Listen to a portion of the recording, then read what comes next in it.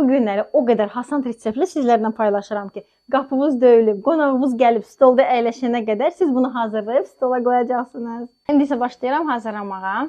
Qabımanı İlk yumurta ilə şəkəri qatışdırıram.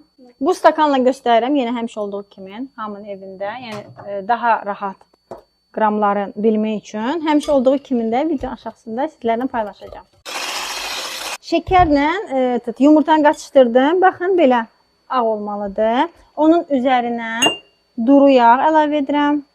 Biskvitdə duru yağ əlavə edəndə piroq şəklində, yəni meyvələrdən hazırlayanda, tərkibi yağ olanda onda qəşəng olur, yumuşaq olur.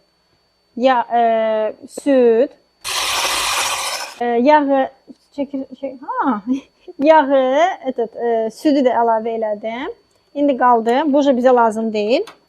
Üzərinə un əlavə edirəm, eləmişəm. Çalışın ki, un istifadə edəndə şirniyyatlarda eləyin ki, onda belə puf-puf qalır.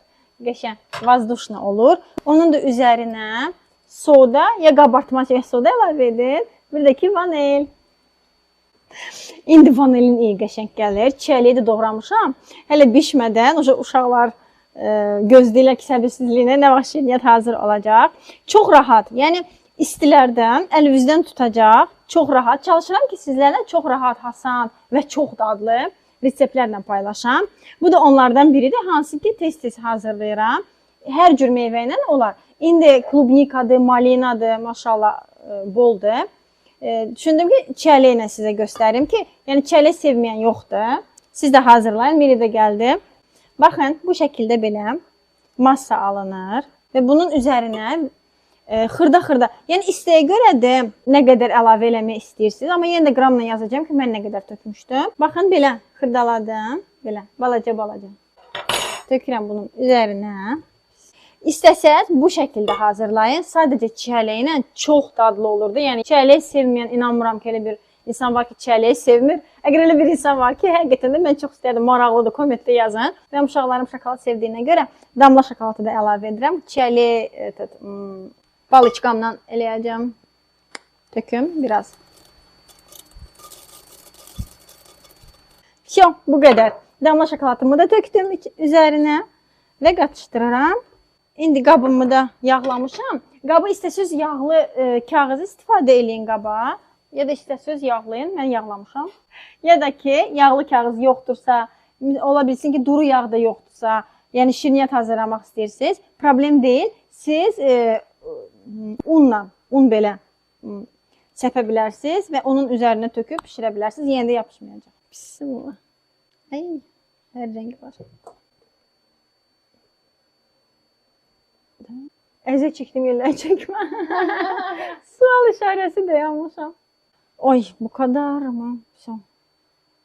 Aparıram sobaya. Sobanı da qabacıdan yandırmışdım. İsti olsun. 180 dərəcədə 20-25 dəqiqə hazır olacaq inşallah. Hər kəs öz sobasını bilir. Yəni ona görə ayarlayın. Ay, ilişdi. Gedir günəş alır. Ona görə videolarda yoxdur. Bəzən yazılır ki, milyon niyə yoxdur, niyə iştirak eləmir. Ürək istəyəndə eləyir, istəyəndə olmur, məcbur deyil. Bəzən belə durmaq istəmir, uçur gedir. İndi isə özü gəlib, öz istəyi ilə gəldi, indi isə getdi.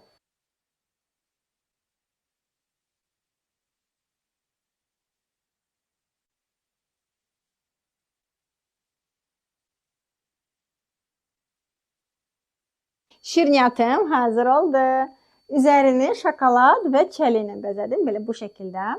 Bunu bir dəfə hazırlayandan sonra, ilk dəfə hazırlayandan sonra əlim elə öyrəşdi ki, meyvələr evdə olanda uşaqlar üçün bunu hazırlayıram. Daha uşaqlar özləri o qədər rahatdır ki, yəni hasanta hər şey tökürsən, qatışdırırsan, istədiyin meyvəni içinə əlavə edirsən, uşaqlar özləri hazırlayırlar. Siz də icazə verin uşaqlarınıza, qoy onlar da sizlər üçün hazırlasın. Ya da ki, bir yerdə hazırlayın.